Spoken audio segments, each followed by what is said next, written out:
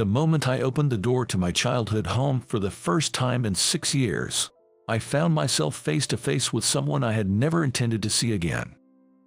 Long time no see, you're still alive, ho.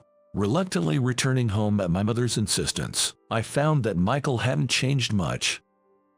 Sneering at me right beside Michael was my ex-wife, Laura, whose marriage hadn't lasted even a year. Behind the two of them, a small child peeked at us from the depths of the house, hiding in my mother's shadow. This 6 years passed by in a flash, but it was just long enough for me to try and forget the two who had deceived me. However, even after such a long time, seeing Michael and Laura again brought back the deep-seated hatred I had tucked away. I never wanted to see Michael and Laura's faces again from that day forward, and I had no intention of ever returning to this house. I only came back this time because I was surprised by my mother's unusually fervent plea, begging me to come home in a raised voice, and I wanted to know why. I had no intention of staying long. I planned to hear her out at the entrance and then leave immediately. As I was ignoring Michael's mocking tone, the situation took a sudden turn when an unfamiliar man appeared. After hearing what the man had to say, Michael and Laura's faces turned pale, unlike mine, which was simply stunned. And so, the lives of all of us present in this family were greatly altered. My name is James. I'm 35 and already divorced. Despite this, I've always wanted to give back to my parents who raised me. So, having always been good at studies, I graduated from a top university and then joined a major corporation closely related to my family's business.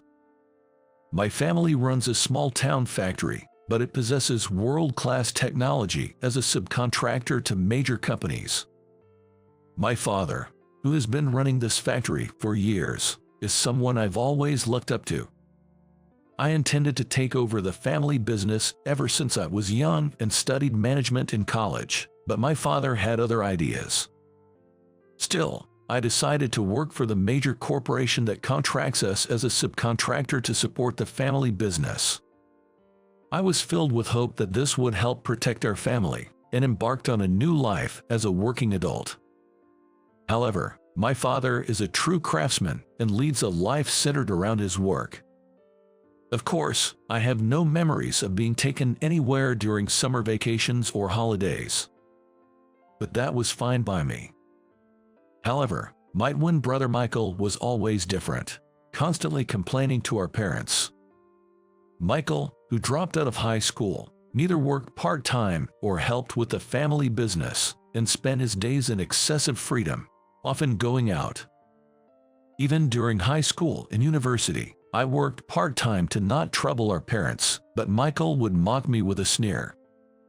"Why so serious? It's super uncool how hard you're trying." Michael and I never got along well since we were kids. He was always belittling me. Thinking it was a waste of time to engage with him, I continued to ignore Michael. While my mother worried and scolded Michael, her words felt shallow, almost as if she was detached from the situation. She would express concern for me too, but it was always in a non-committal way. "James, you're working hard every day, it's tough, but well, yeah, I'm supporting you." My mother, always vague and unclear in her intentions, felt neither like an enemy or an ally to me. Michael, even past 20, remained unchanged, frequently going out at night and returning home at dawn. He would sometimes take clothes and accessories from my room without permission, but getting angry was pointless. Surrounded by a family I couldn't rely on, my stress only accumulated. Once I got used to working and felt settled in my job, I decided to marry Laura, whom I had been dating since high school. Laura was different from my indecisive mother. Laura's straightforward nature, always telling things as they are, helps clear my hesitations. At that time, I believed marrying Laura was necessary for my life. Moving out of my parents' house upon marriage, Laura and I started our life together in a small apartment, but things didn't go smoothly. The reason was that, on top of both of us working, Laura was not good at household chores. Initially, I thought I could handle the chores, but as work became busier, household matters were inevitably neglected. 2 months into our marriage, I readily agreed to Laura's suggestion, and we ended up moving back to my parents' house. My mother and Laura got along well, and my mother was in favor of us living together. The only concern was Michael. It's not that Michael and Laura didn't get along. I was worried that Michael, who mocked us for working hard, would ridicule us. Living with Michael, who was a part-time worker and always out having fun, was honestly something I was opposed to. After moving back in with my family, my expectations for a promotion were met with frequent business trips, both domestic and international, leaving me away from home quite often. I worried every time I left that Laura might end up having to deal with troublesome matters because of Michael's freewheeling nature. Upon returning from long trips, I made it a point to rush home, but it seemed Laura managed to skillfully avoid any major issues with Michael. One day, after returning from a months-long overseas trip, I hurried home upon hearing that I was going to be transferred to the headquarters and even promoted. I thought Laura would be delighted, and with excitement, I opened the front door. Laura greeted me, but something felt off. Is something wrong? Yeah, I'll tell you later. Laura, unusually hesitant and seeming restless, laid out her words awkwardly. Hoping to cheer her up, I shared the news about my transfer. Guess what? I've got some amazing news. I'll be working at the headquarters starting next week, less traveling, and I'm even getting promoted to assistant manager. I reached for Laura's hand to share the joy, but she coldly shrugged me off. Confused and anxious, I was blindsided by Laura's shocking revelation. Actually, I'm pregnant, and the child is Michael's. I couldn't believe my ears and asked her to repeat herself, but Laura offered no further explanation. Then, despite it being early evening, Michael returned home drunk. Bro, you're back. Did you hear from Laura? Turns out something happened. It's hilarious. I couldn't see what was so funny. Michael, shoes scattered at the entrance, slung an arm around Laura and staggered into the house. Even pressing my mother for answers about their relationship only returned nonsensical responses. It's wonderful to have a grandchild. Overwhelmed by a sense of something snapping within me, I immediately started to proceed for divorce. I'll have a lawyer take care of the divorce. I silently packed my things and arranged for a move that very day. I announced my departure, but Michael, Laura, nor even my mother said anything. Disgusted with my hopeless family, I declared my disownment and left my childhood home behind. I rented an apartment near my workplace and threw myself into my job. Though I joined a company intending to prioritize deals with my family business, I was now swamped with unrelated tasks. But that was for the best. Dealing with my family's business under these circumstances would have likely led to a terrible outcome. 6 years flew by, and immersed in work, I managed to forget all about Michael and Laura. Then, out of the blue, my mother called. "James, it's been a while. I need you to come home right away.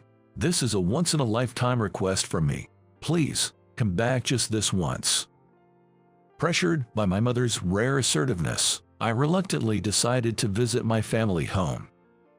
The divorce from Laura was finalized smoothly, but I never received any payments she owed me for her lavish spending during our marriage. Initially, I had my lawyer send reminders, but they were ignored without response. Perhaps they had no money, having had a child. I had given up on them for various reasons, and wanting no contact with Michael, I had tolerated the unpaid debts. Now, I had to face Michael and Laura for the first time in 6 years. As I neared my family home, my stomach twisted in knots.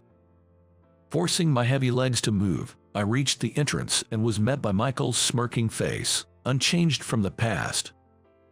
"Long time no see, you're still breathing, huh?" Compelled by my mother's forceful words to return, I found Michael, still living at home, was the same as ever in many ways. Beside Michael, Laura, unrecognizable from 6 years ago, mocked me with a similar smirk. Facing them again, the hatred I had buried deep inside seemed to resurface. Then, from behind Michael, I noticed an unfamiliar child peeking from the depths of the house. Probably Michael and Laura's. As Michael made light remarks, my mother, holding the child, intervened to stop the conversation. I hate to say this, but your father collapsed 3 days ago and is now hospitalized. Hearing my mother's words, I was shocked to the point where it felt like my heart might stop. But I wasn't the only one taken aback. For some reason, even Michael and Laura, who were supposed to have been living at home all this time, looked surprised. "What are you talking about, Mom?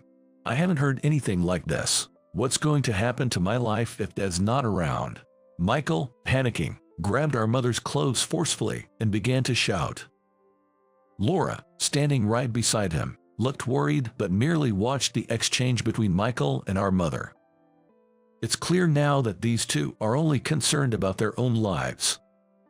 Since hearing my mother's words, there has been no word of concern for my father's condition from either Michael or Laura. Frightened by Michael's aggressive blame, our mother, gasping for breath, tried to talk about my father. But Michael was only piling on words about how his own life would be affected, not about our father.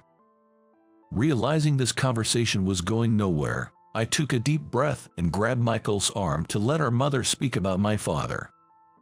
"Michael, cut it out." Michael glared at me as I intervened. Then, a man in a suit approached us.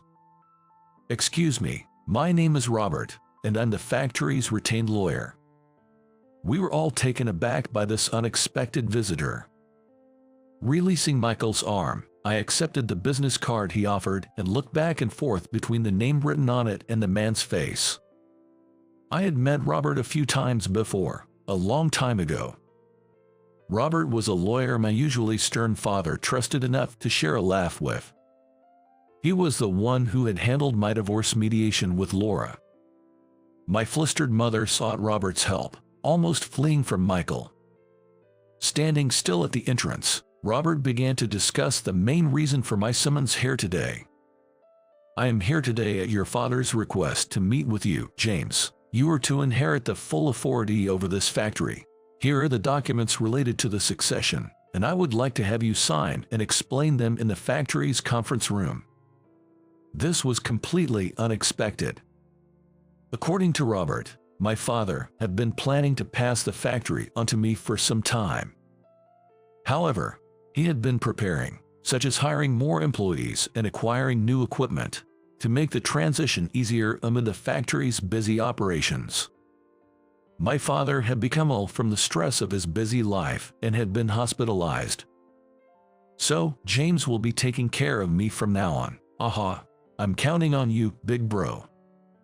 Michael, suddenly in a good mood, lightly patted my shoulder with his usual smirk. Robert then started to speak to Michael about another matter.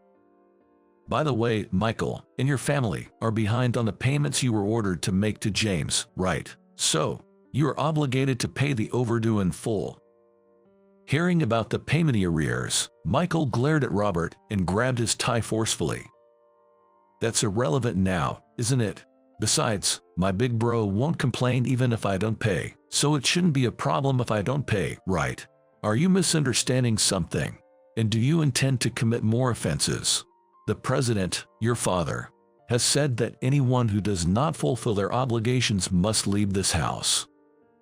This is also my house, so it's ridiculous to say I should be kicked out. Separation of households has been completed for your family, depending on the circumstances. Just being in this house could constitute trespassing for you." Michael, confused and intimidated by Robert's calm explanation, looked back and forth between me and our mother in bewilderment. Laura, realizing the gravity of the situation, became disconcerted and collapsed onto the floor, clutching her head. As I looked at them with disdain, my mother, unusually, started yelling at Michael. "Do you realize how much trouble you've caused your son Jacob? Do you know how much suffering you've brought upon our family because of your actions? This is an order from your father. so please leave immediately." I was surprised by my mother's yelling, something I had never heard before. Shrinking under our mother's fury, Michael sat down, pale-faced and unable to move. The reason my mother was so angry, on top of what Robert shared about my father's feelings, was because my nephew Jacob had been living a miserable life. The story my mother told next left me beyond shocked and utterly dismayed. Michael continued his usual behavior, not working, squandering large sums on gambling and alcohol, and accumulating significant debt. Laura, fed up with Michael, did not want to take care of Jacob and started working part-time, using the money to go out. Ultimately, it was my mother who had been looking after Jacob all this time. Growing up in such an environment, Jacob never grew close to his parents, Michael and Laura. With my father constantly away for work and only home to eat or sleep, Jacob essentially lived with just my mother. According to Robert, my father had been concerned for Jacob but had never been involved in child rearing due to his work, so he didn't know how to interact with his beloved grandson. Indeed, it seemed only natural that Michael and Laura would be disowned by my father. Michael, confused and intimidated by Robert's calm explanation, looked back and forth between me and our mother in bewilderment. Not fully understanding the situation, Michael signed the documents as instructed by Robert. Forced to leave, Michael and Laura were packing their belongings and trying to take Jacob with them against his will, showering him with harsh words. "If it's too hard to raise Jacob, I can continue to take care of him as I have been." Trying to calm Michael down as he forcefully pulled on Jacob's arm, my mother's attempt had the opposite effect. Michael glared at my mother with irritation, clicking his tongue. "Jacob is mine since I gave birth to him, so am his parent. Besides, children can be quite convenient, you know. It's all about how you use them. Just use the right tools for the right jobs." Laura, hinting at some malicious intent, picked up the crying Jacob. Until the very end, Michael and Laura glared at my mother and me before disappearing. I returned to the company, and after several discussions with the executives, I decided to take over the family business. I was concerned about the management of the family business, but it was in better shape than expected, and my share was even better than what I earned as an assistant manager in a large corporation. The employees welcomed me as if they had always known this would happen, and I quickly became accustomed to the factory. A few days after I returned home, I was startled by a knock on the door in the middle of a cold night. Wondering who it could be at this hour, I opened the door to find Michael and Laura standing there. Shivering in the cold breeze, they apologized to me. "Please, bro, we have nothing left, no money, no place to stay. We're family, right? So you can let me back into the house, can't you?" Although Michael was apologizing, he still had that smug look on his face. Then, Laura suddenly stood up and pressed her body against my arm. "I can stay here too, right? After all, we used to be married." I sighed heavily at Laura's words. "Listen, you and I are nothing to each other anymore.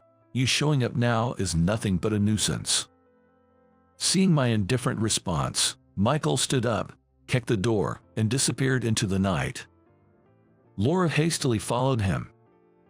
Just as I was about to close the door, thinking they were finally gone, I noticed someone small crouching in the shadow of the entrance. It was my nephew, Jacob. Jacob was shivering in the cold, dressed only in his underwear. It seemed Michael and Laura were incapable of properly raising him. In a rush, I brought Jacob inside, providing him with a warm meal and a bath. After warming up, Jacob ate the meal I provided, crying. Having just started dating Sophia, who was helping me communicate with the factory headquarters, I discussed adopting Jacob and proposed marriage to her. Sophia agreed without hesitation, expressing her anger towards Michael and Laura. According to Robert, Michael and Laura eventually divorced. Michael ended up on welfare, and there were inquiries about whether I, as a relative, could offer support, but I declined, citing our estrangement. After that, Laura kept coming to me, trying to reconcile multiple times. Laura was hardly recognizable from before, looking even more disheveled. When I informed her about my remarriage to Sophia, Laura hurled insults at me before leaving. After that, there was no further contact, and her whereabouts remained unknown. Jacob, now our adopted son, turned out to be exceptionally bright and hard-working, far from what you'd expect from Michael and Laura's child. His maturity often surprised Sophia and me.